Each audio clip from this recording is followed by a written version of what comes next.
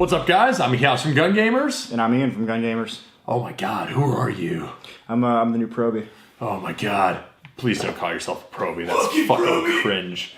Anyway, so today, Ian and I recently went to an event from a new promoter called Omega Productions, or Survive Omega, as they're known as on like Instagram and whatnot.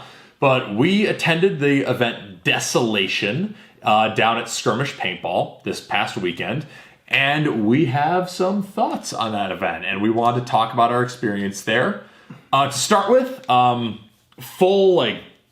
one thing, we did not pay for this event. Yeah, we were completely comped by the promoters themselves to go down for free to be part of sort of like the cadre, basically. Yeah, we were NPCs, so we did like act as kind of op for the game, and we were meant to do certain things to keep the game moving, and we were kind of at the behest of the event promoter to go do certain things and make certain things happen and try to keep the game rolling and keep the game interesting. So as a result, we did not pay to go to this game. So as we're talking about this game, we're going to try to be as objective as possible, but that is something that you have to keep in mind of what our bias might be. And also, I am friendly with this event promoter. Alex and Frank, the guys who run this event, are friends of mine. So that also is going to be a bias that I have to disclose, because if I don't, then that's just disingenuous. So another thing to keep in mind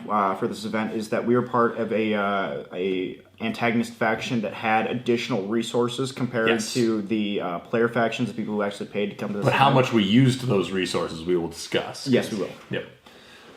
So yeah, we had a little bit of a different experience than your average player, but in talking to the other players and in interacting with the other players, I think a lot of our experience is still valuable to talk about the event from.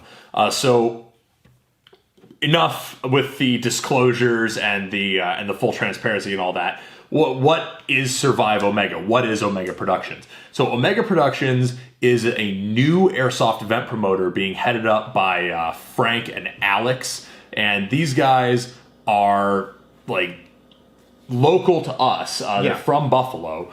And they have for many years been involved in airsoft. Frank is very well known for his work with American Milsim, and he's very well known locally for being one of the co-owners and one of the major figures of the Warzone. Yeah. So he actually 7 years ago ran an event similar to this. I'll get into that. And Omega Productions is a post-apocalyptic LARP event, but it's a post-apocalyptic LARP event that runs for a full weekend. Like Milsim West style is the best way to put it if you're not familiar. Yeah, so it's actually a little bit longer than Milsim West. It ended up going about 45 hours. Well, because the game proper got rolling at about 4:30 on Friday, 4:30, and it ended.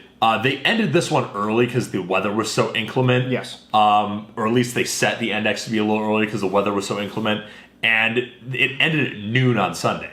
So 4:30 on Friday to noon on Sunday is it's about 44 hours. Yeah. So that's 4 to 4:30 of game start, not check-in. Check-in started at noon, and then from check-in you went into the game. There wasn't like a super long process. You were in the game before dark.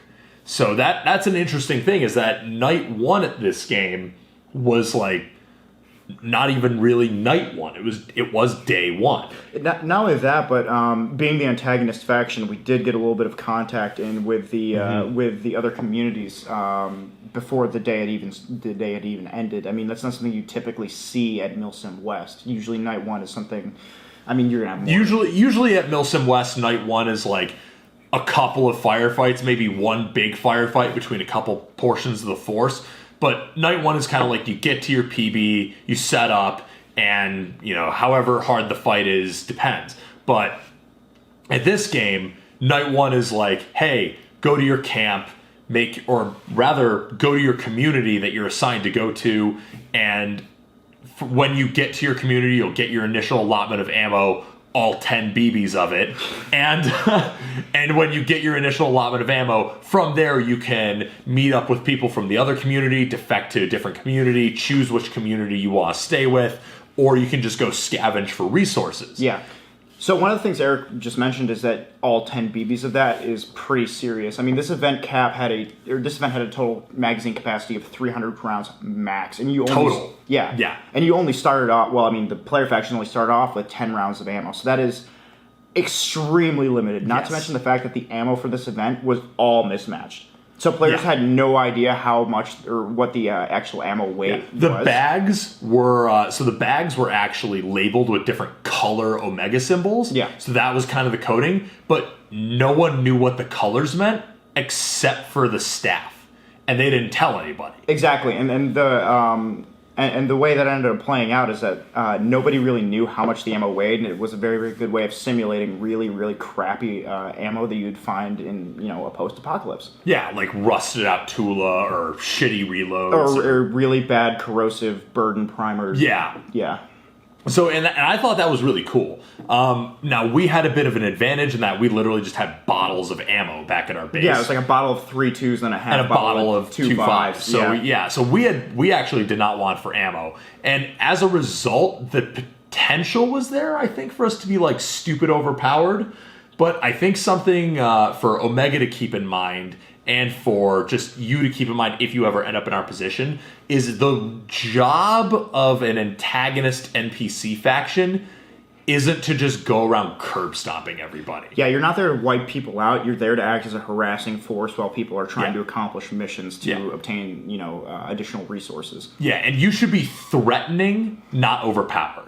Exactly. So what we ended up doing a lot was we, number one, we adhered to the magazine capacity limit. Yeah, we only carried around 100 rounds per person for each firefight that we ended up getting engaged in. Yeah, what we did is, like, initially we were like, oh yeah, we'll load up our mags. Then the first couple times we went out, we ended up wiping people. And we're like, okay, from now on, we're only going to go out with this much ammo. And we actually adjusted ourselves to be like a little more easy to take on, and I think that made the game better.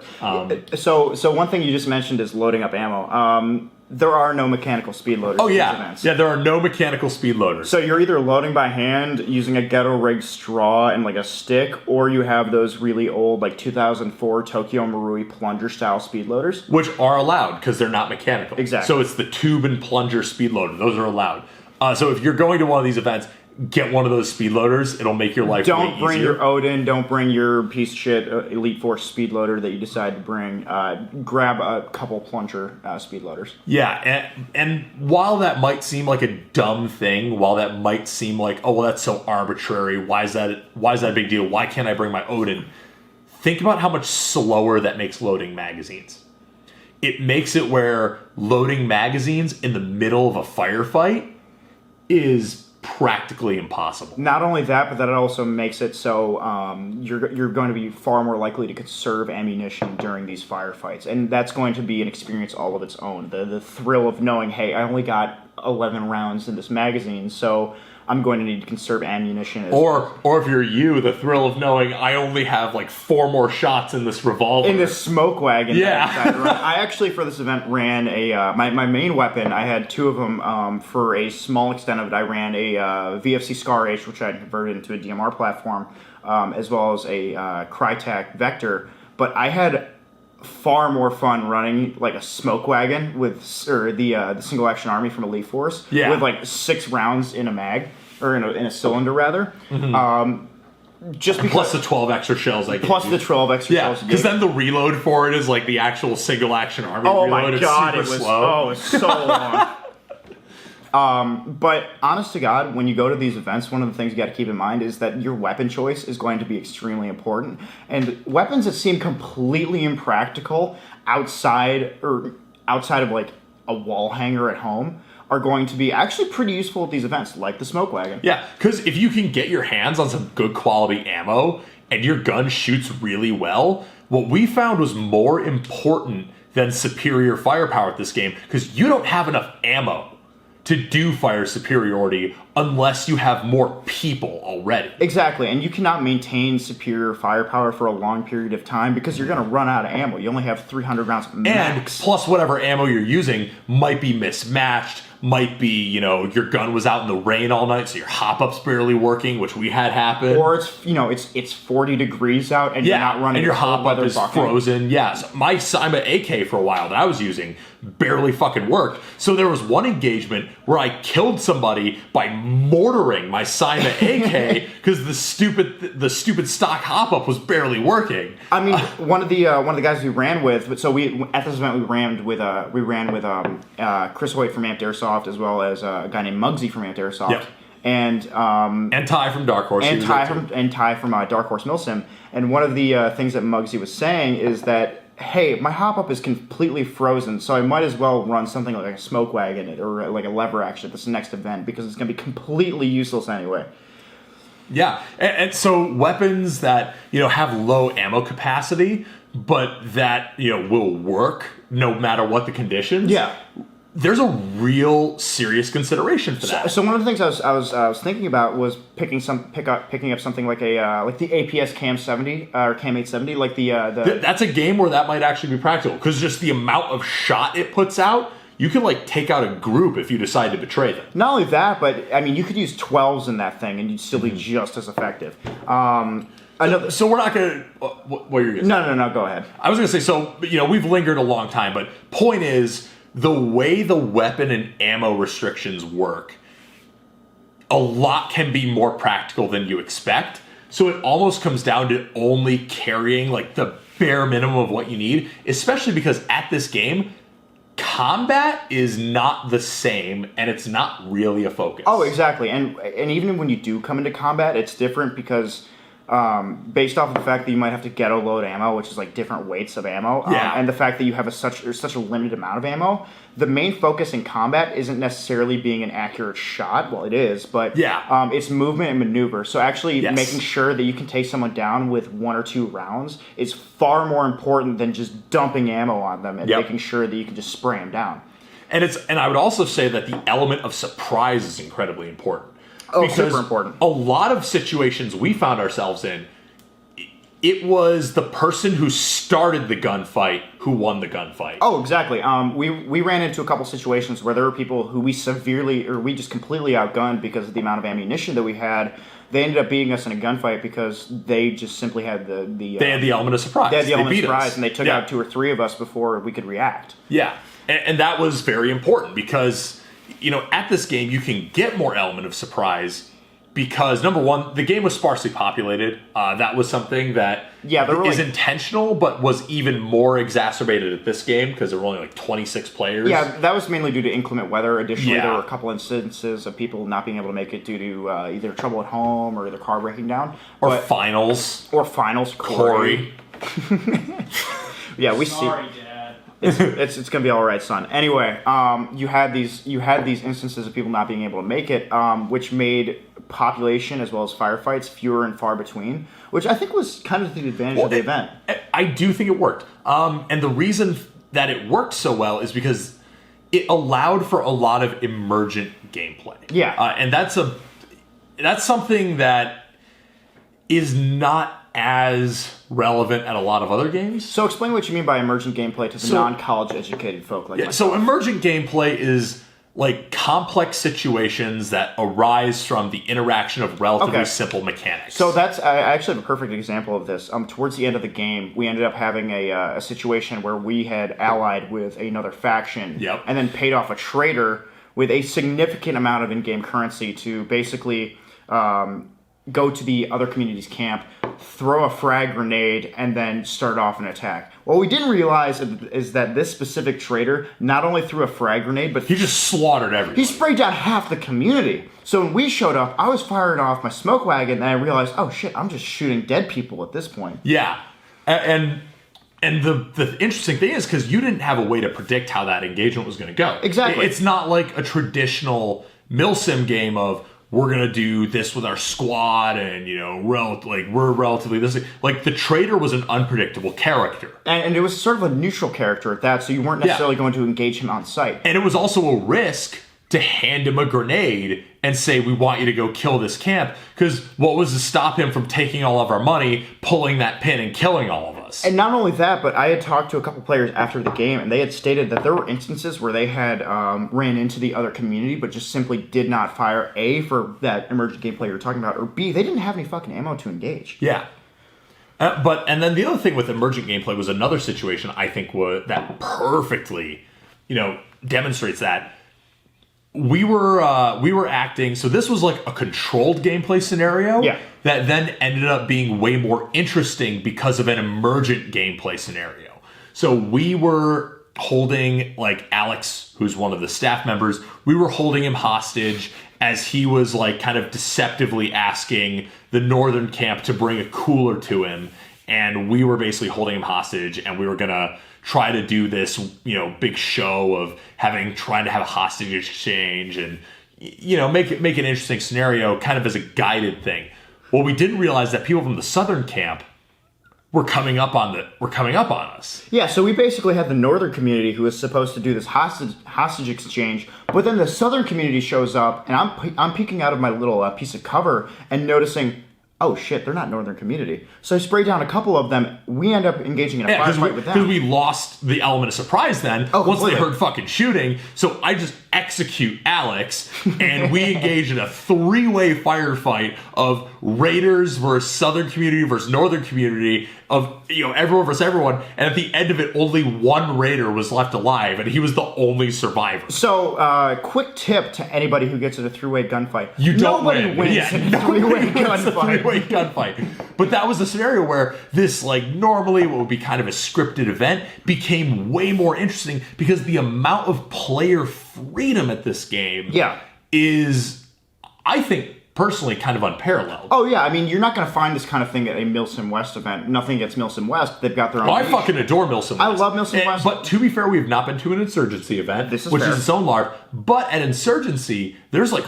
really severe consequences, like, in-game for, like, murdering someone as a civilian. Yeah. Whereas at this game, you can just kill somebody and loot them. You can kill whoever you want, loot them, whatever you want. The best way. But what carries around with you is your reputation. Exactly. The best way to I don't know, make this analogous to, like, something like a video game would be like Fallout New Vegas with the fame with something like the NCR Legion. Yeah, like your faction reputation. Or in Red Dead Redemption, the bounty that you're going to get on your head when you end up slaughtering somebody. And what becomes interesting at this game is when you die.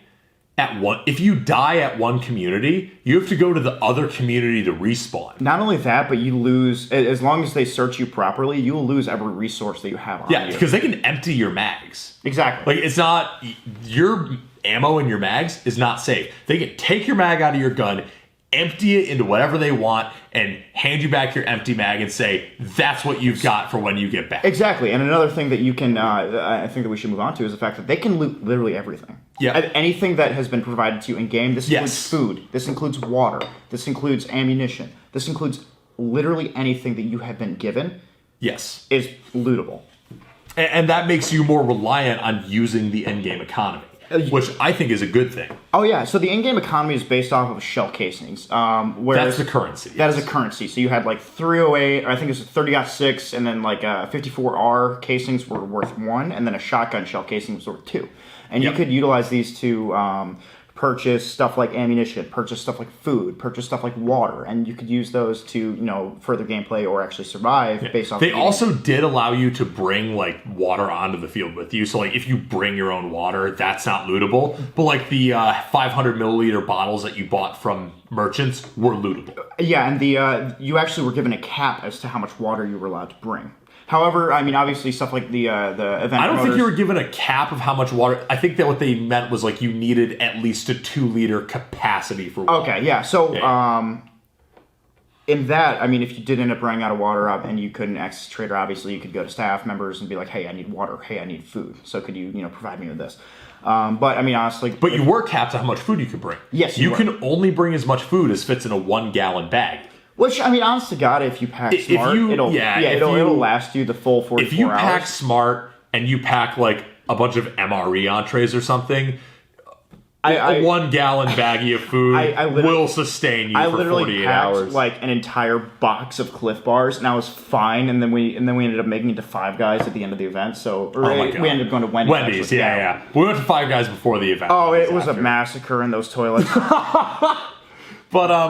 But that's something to keep in mind, is that you are limited in how much food you can bring, because that keeps you a little dependent on the game economy, because you can't just bring as much food as you want of whatever you want. Yeah. So if you want like Jiffy Pop or Snickers bars or something like that, you actually have an incentive of, oh shit, I could really go for a Snickers bar. I could really go for some Jiffy Pop. And we actually ran into a situation. And they had hot chocolate as well. They did have hot chocolate. And I bought some hot chocolate on Sunday morning. I did as well. Because it was so cold and so miserable. So that's another thing to keep in mind from our personal experience, is that it was fucking cold out.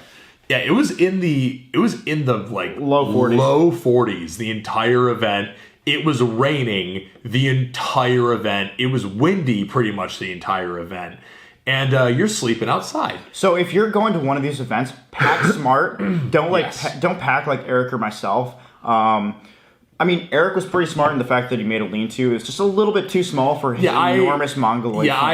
But that's the thing, and that's something I want to bring up. This game, in addition to challenging your airsoft sensibilities, also challenges your backpacking survival, your bushcraft stuff, and that is something that this event promoter is going for. They're going for that intersection of survival bushcraft and airsoft LARP. Frank himself is a veteran bushcrafter, from what I can tell, and I mean, he was giving us plenty of tips beforehand on how to actually stay warm. I know I personally packed my issued Army tent, and only a whoopee, which was a massive mistake. Tents are allowed at this game. There's no, like... You need to make a lean-to or some sort of improvised... You are allowed to bring a tent, you are allowed to bring a tent. You do have to pack it in with you. Yeah, so you're going to want to bring something like... I mean, if you're going to this event, you want to bring like a tent and a sleeping bag. Bring something like a standard issue Army large ruck.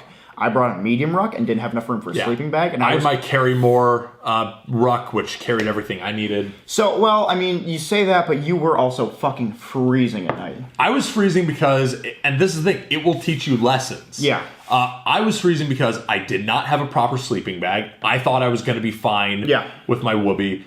I was not. I was very cold. Yeah. I mean, I toughed it out and I made it through the event, no problem, because I'm 2 a days. Psychopath. Well, it's 2 days, and at the end of the day, really any human being can survive 2 days. But if you want to survive this comfortably, you're going to want to bring something like an ISO mat, bring something like a tent. Yes. I had an ISO mat, and I had my bivy sack, and I had a tarp that would have worked had I built my shelter better. Yeah. But that's the thing. Now I know, hey, I need to build my shelter better. I need a better sleeping bag. And I just need to be smarter about how I place my stuff. Yeah, so the personal issues I ran into is the fact that I thought it would be all right just to use my my issued PT mat and my whoopee, as well as just the clothes I was wearing. I was freezing at this event, not only because I was wet, but also because I didn't have adequate like a sleeping bag or something like that to provide warmth while I was sleeping. So I was freezing at night and waking up multiple times throughout the night. Yeah, I literally don't know how much I slept. Yeah. I don't think I slept more than an hour or two at night. Another super important thing that you're going to have at these events is fire and producing fire. Yes. And that's something I like about this event, is that unlike other events, fires do seem to be allowed for most of their games. Yeah. But at this particular game, because of the field rules, they wanted fires in controlled fire pits, raised off the ground. So they had fire pits that they provided to each of the community encampments. Yeah, so when we were trying to get this fire going, I actually had a specific instance where I was trying to keep it going while Eric and Muggsy were out shooting people, and I was blowing into it with a straw, and it got a little bit too close to my face and burned most of my eyebrows off. So that was a good time. But that's something I like, is that it does challenge you to use your bushcraft. Like, funny enough, you actually ended up picking up some knife skills from me. I did. Because when you were trying to shave feathers off of a piece of wood with your BK9 and you were doing the swing, I'm like, hold on, if you do it this way. And that's a cool part, is that the community living aspect of it is very much like what you would be doing in a post-apocalypse. Oh, exactly. I mean, you're going to carry a lot. So this event is just as intensive as your ability to shoot as well as flank the enemy and movement and maneuver as it is on bushcraft, because for the most part, you're not in a constant firefight. No. You're going to be at your camp. There are quiet hours at the camps. There are quiet hours from 8 p.m. to actually 6 p.m. to 8 a.m. 8 a.m. One suggestion I have in my ideal version of like a hardcore rule set for Survive Omega. And this is just your ideal version. But and again, I understand why this might not be a good idea because it would like kind of limit the pool. A lot of people might not be as into this, but it's an idea I have. I would say like change those quiet hours from 8 to 8 p.m. to 6 a.m. That wouldn't be bad. So I think that because then you still have 10 hours of quiet hours for people to sleep, but you can do a night raid. Not like you do a night raid, so you'll have the ability to use cover of darkness in order to cover your advance. But also you can attack at the fucking crack of dawn. Yeah. And I think that at 8 p.m. or 8 a.m. rather, everybody was up. And I think that being able to ambush people while people were still sleeping, raid people while they were still sleeping would be a phenomenal way to or force people to get up earlier or have guards. Yeah, I think that we didn't necessarily need guards while we were on shift, and obviously we were. And that was because no one wanted to leave their camp. Well, yeah, the inclement weather didn't necessarily. The inclement weather and lack of illumination didn't necessarily make it nearly as easy to conduct those raids. But I think that it would have been better with some more restrictive quiet hours. However, one thing you're going to have to keep in mind when we make this review is that this was a complete proof of concept for the event. This was their second event ever. Additionally, Frank and some of the promoters didn't even want to run this event this year because they didn't think it was polished enough. However, I had a phenomenal time. Yeah, and that's the thing. I think ultimately the level of detail we're discussing this with should tell you that we had a great time with the game. Yeah. So all of that is really great stuff that we enjoyed. What about things we didn't enjoy? Was there anything you didn't enjoy about this game, or anything you would like to see improved? So what was something you would like to see improved?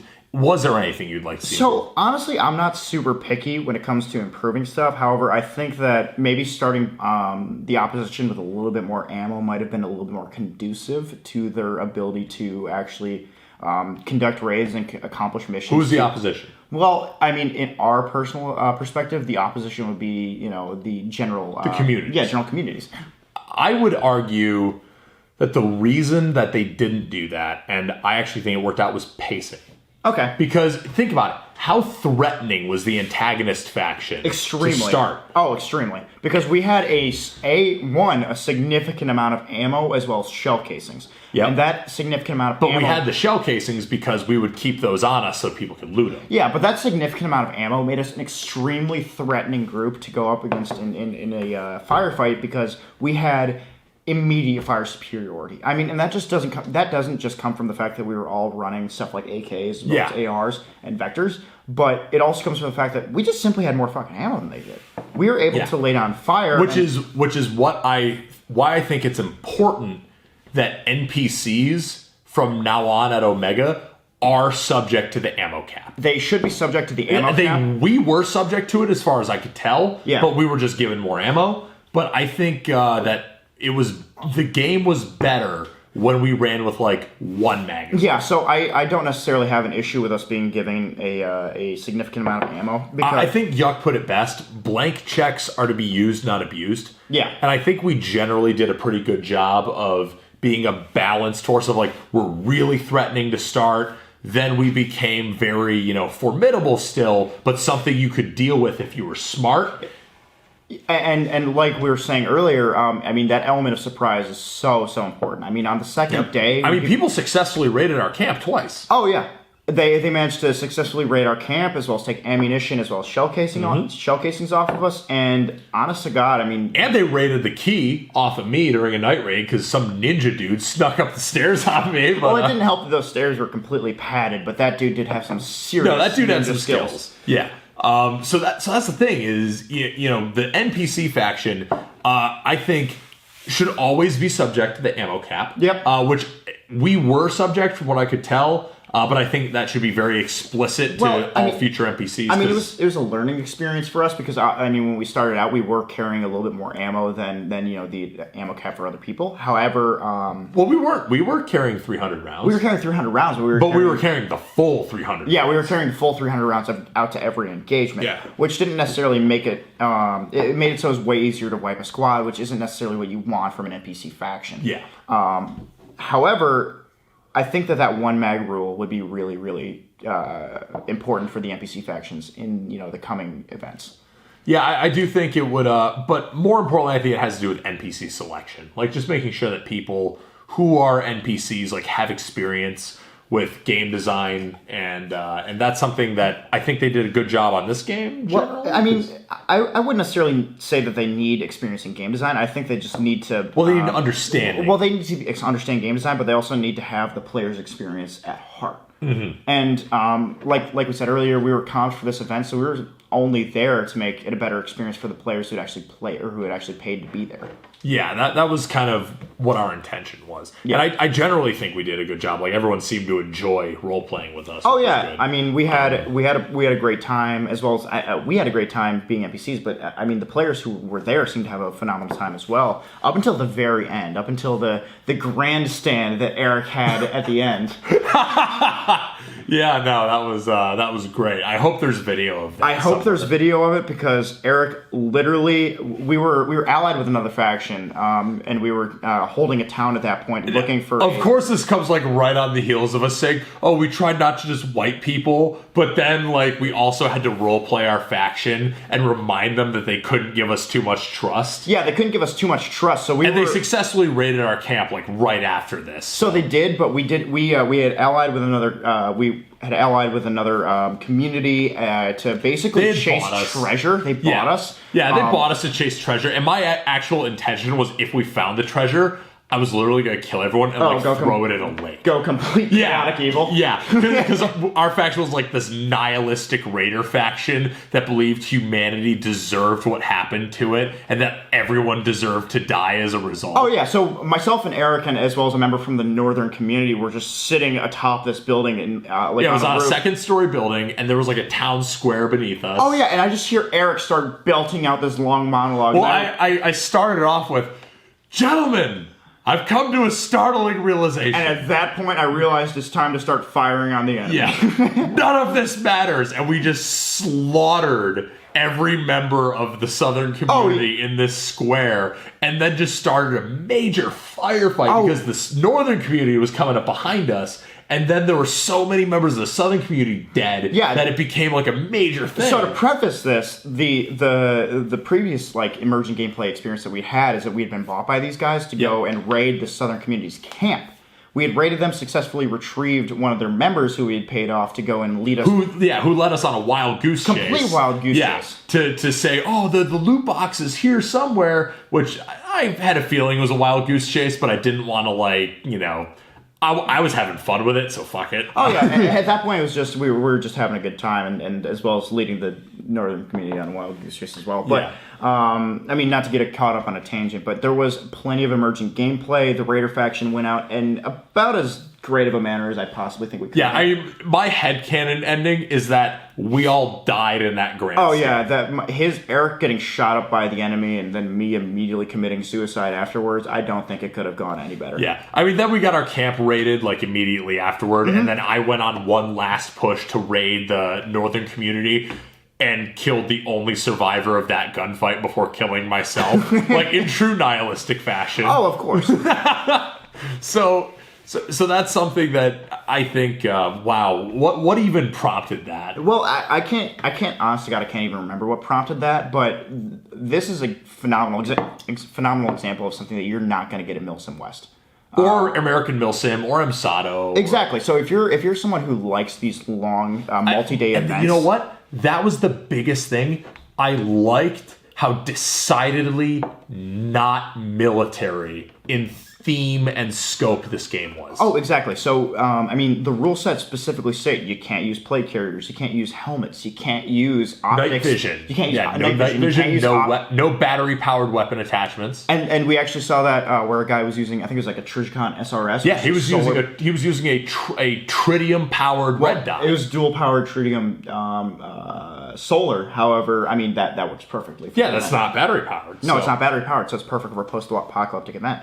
So this entire event was specifically designed so you're going to avoid people who are just going to run in there with like cries and airframes and stuff like that. And yeah, like you are meant to go in there like the world fucking ended and you're not a threeper because you're still alive.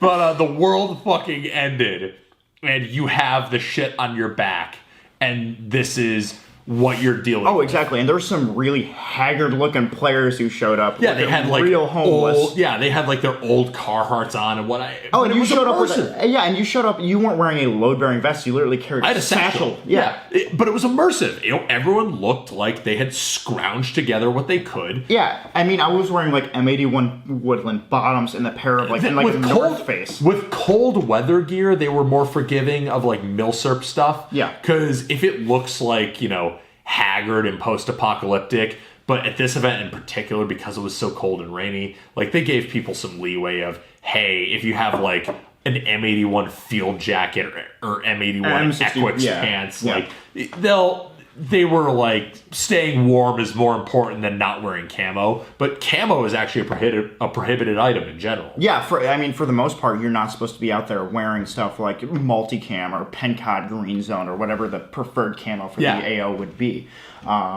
Which I thought was really cool. I thought that was interesting. It was really cool, and it made it so stuff like moving slowly, it actually being very, very tactical and stealthy with your movements was important because you didn't have camo to cover your ass. You had to really use cover. Yeah, you did, and just not only covered by concealment as well. Yes, and that was I don't know. So I think what we're getting at in general is that Omega Productions, it just offers something different. It offers something completely different. I mean, I've been to, I'm nowhere near the Milsim veteran Eric is, but this is... Thank me for my Milsim service.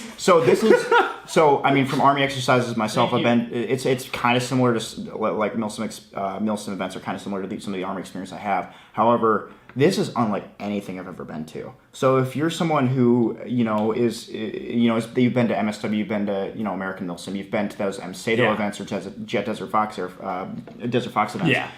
This is something you have never seen before. This is completely different than your average post-apocalyptic event because not only does it take something like a post-apocalyptic setting, but it combines it with stuff like fieldcraft, and it combines it with stuff like actual survival that you need to, and not just survival, but like actual bartering. Yep.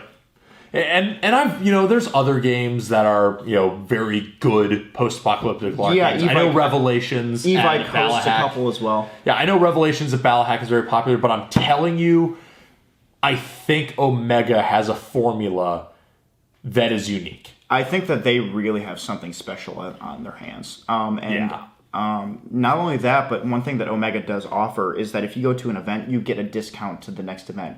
Also, they offered that at this event. I don't know if that's going to hold true for all future events. This is fair. And from what we saw at this event, they did offer some seriously really awesome raffle prizes. One guy won an N7 Milsim and a sweet ass regulator. Oh, so yeah. That's cool. So I mean... And if you make it through the whole event, and if the event has a crazy attrition rate, your odds at the raffle are pretty good. Exactly.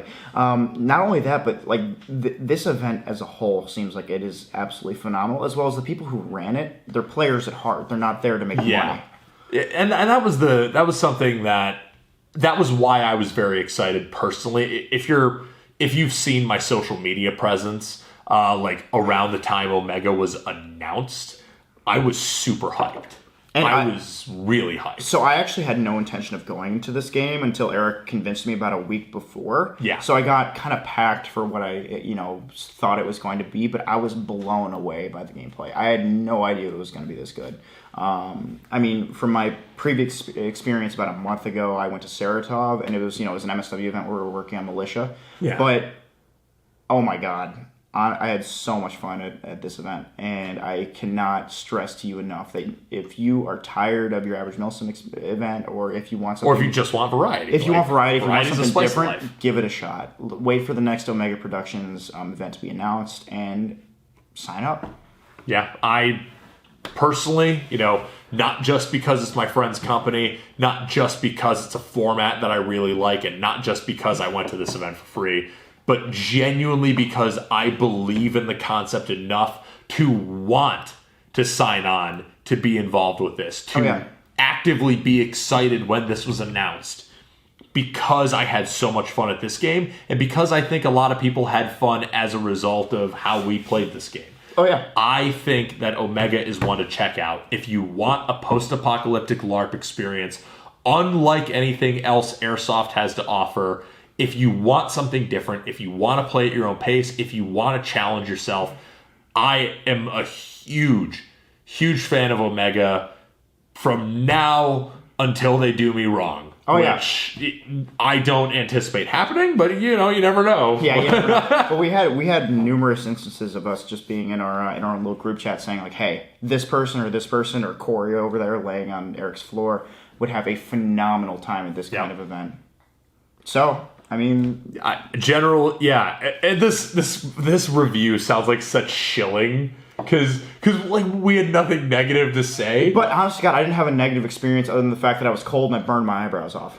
Yeah, that's really what it came down to. I think that this game, I think it played well. I think the people who showed up were into it to a sufficient degree to make it play well, and I think that the event promoter knows what they're doing and is passionate about their project, and I think that there's something really special here. I think that, I 100% agree with Eric here.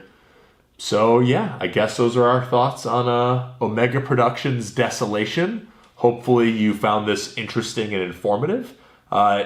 If you want to sign up to an Omega event, I will leave a link to their website down below. If the guys from Omega are watching this, if you made it this far, I'm genuinely impressed. But if you're watching this, dudes from Omega, kick-ass event, run more like it. Absolutely phenomenal. You can absolutely count on my involvement in the future if you'll have me. And I'm very, very excited to see where this promoter goes. Also, we have our own ideas for some potential factions. We do have more ideas for more potential factions. Or, if we just go as normal players, I'm down. I'm down. I'll pay for my damn ticket and I'll just go as a regular player. That'd be fucking awesome. Oh yeah, it was less expensive than Milsim West, and it's less expensive than most games. Oh yeah, and I had an enormous amount of fun. So like both of us said, we cannot recommend it enough if you want something new. Yes. So I've been E-House. I'm Ian. And we'll catch you in the next one. Peace. Take it easy. Thank you for watching this video from Gun Gamers. We hope you enjoyed watching it as much as we enjoyed making it. Check the description below if you'd like to buy a t-shirt or a patch, and use the coupon code JUDY10 for 10% off of your next order at Amped Airsoft. Thank you again for watching, and praise Judy.